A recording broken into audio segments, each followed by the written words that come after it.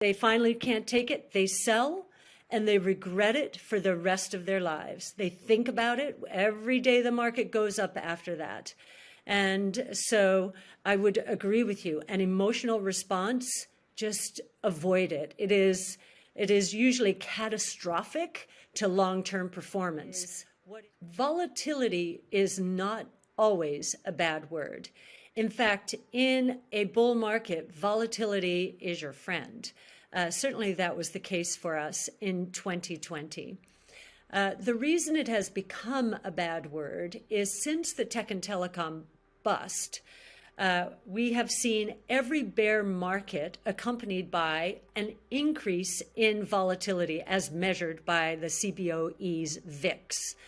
And yet, because so many people in the business joined after the tech and telecom bubble, they do not remember that we have seen volatility move up in up markets for extended periods of time.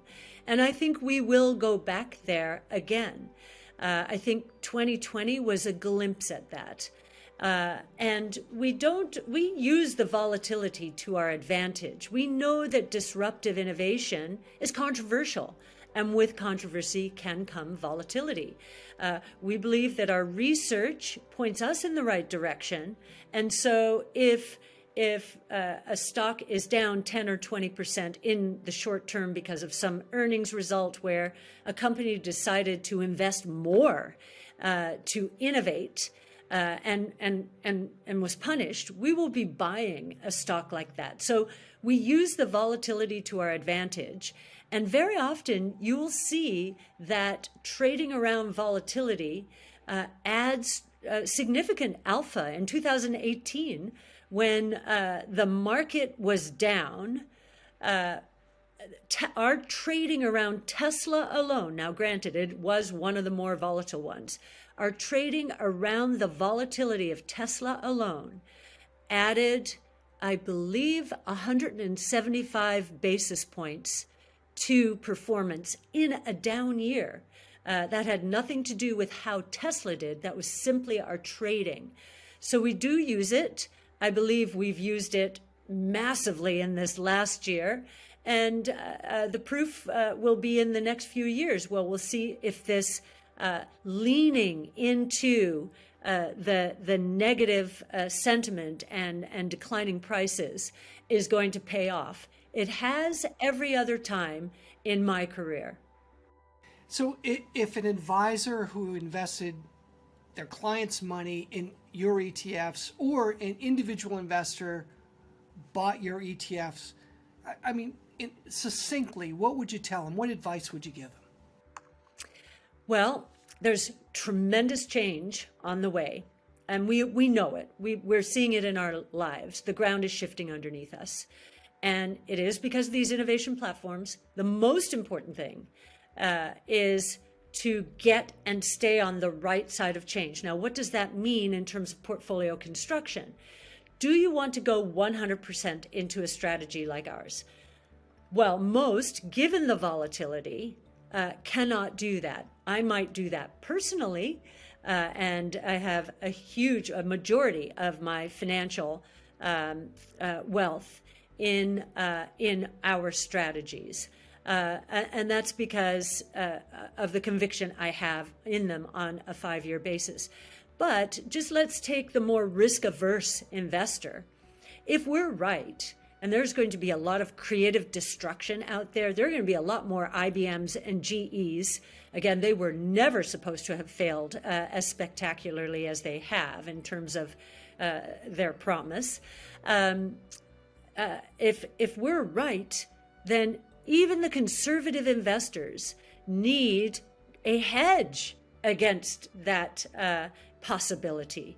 Our portfolios are a great hedge, and we have a white paper on our site about how adding our portfolio to traditional growth and value portfolios, 5 to 10%, I think, would have increased returns and relative to just the plain vanilla value growth would have increased returns and lowered volatility, because the correlation of our returns, and you can see it in the last couple of years, the correlation of our returns to the traditional benchmarks has been very low. Last year it was negative.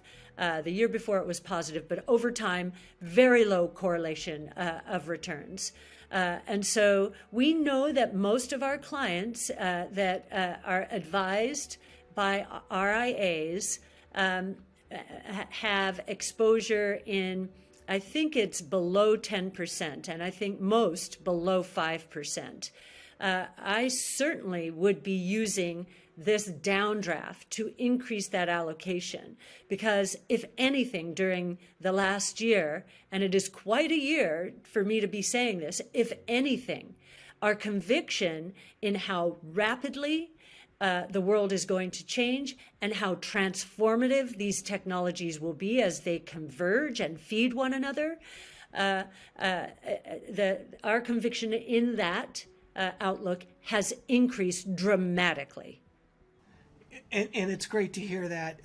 Cathie, I know you probably have a lot of people asking you, especially younger investors or younger advisors, what's some of your best advice? And when I look back on all those years where I got emotionally involved in volatility in the market and I did the stupid thing at the wrong time, I would just overemphasize to the people that I talk to, you've got time that we don't have right now. Yes. Make that work for you. What would you add to that? Well, and I will harken back to 0809. How many people do both of us know who just couldn't take it anymore? And they became very emotional.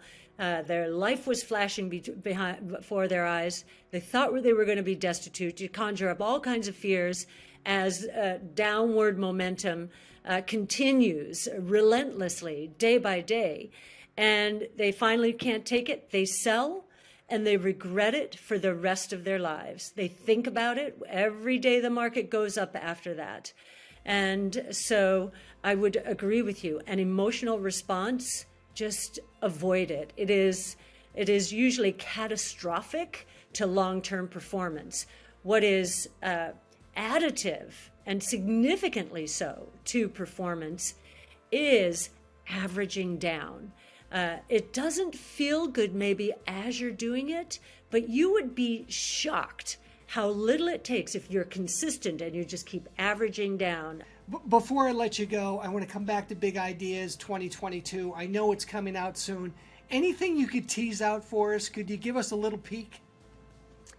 Well, I think because of the year that we've had, we've probably packed in a lot more substance. You're going to learn a lot more about NFTs and the metaverse. We think that word's becoming overused now, and in the continuum of Bitcoin, DeFi, and NFTs, we're going to help put that into perspective.